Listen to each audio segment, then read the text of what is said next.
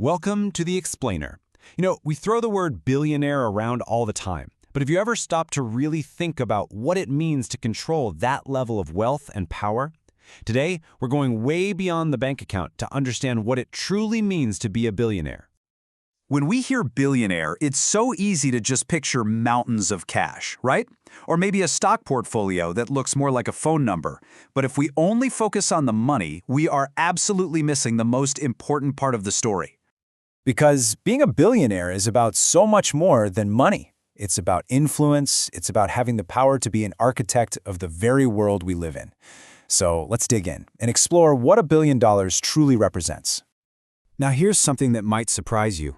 The whole idea of $1 billion fortune is barely a century old, 100 years.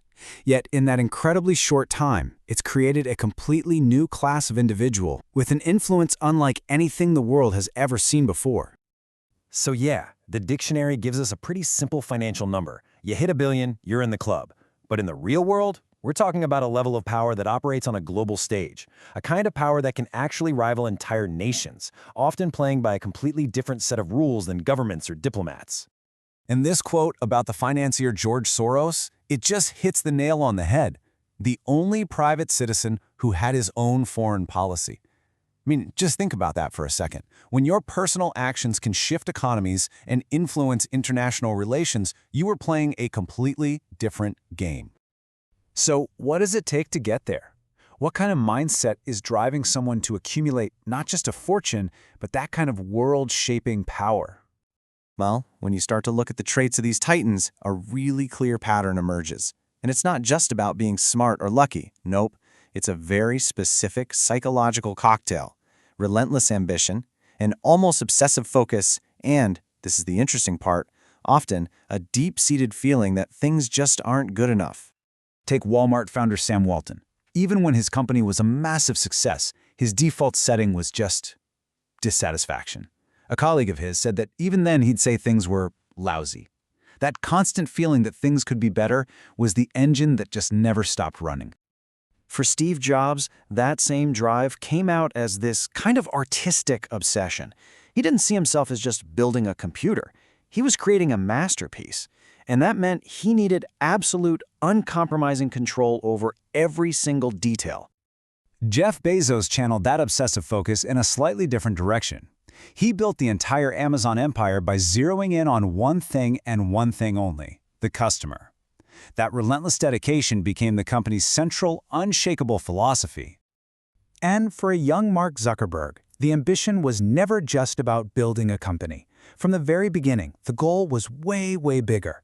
He was telling people, we're going to change the world, trying to fundamentally rewire how the entire globe communicates.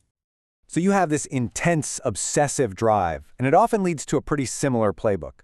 It starts with identifying a weakness, some kind of inefficiency in the system, and then exploiting it with ruthless efficiency.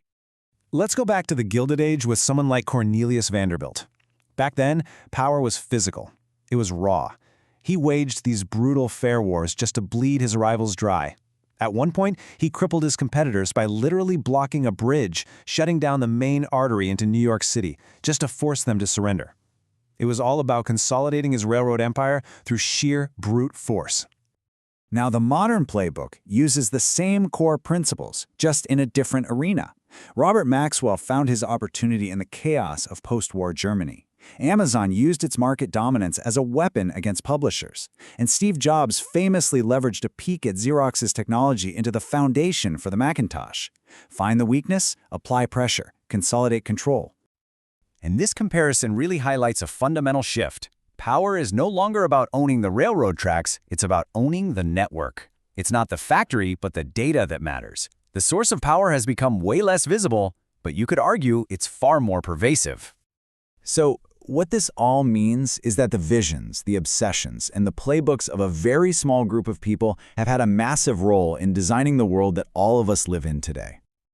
The ambition of men like Sam Walton and Jeff Bezos didn't just create successful companies. No, they completely reshaped global retail. They changed how we shop, what we buy, and exactly what we expect as consumers. And the perfectionism of Steve Jobs and the world-changing goals of Mark Zuckerberg, they're now physically in our hands. Their work has redefined communication, community, and maybe even our own identities in this digital age. This influence also shapes our culture. Titans like Oprah Winfrey and Sumner Redstone built media empires that do more than just entertain.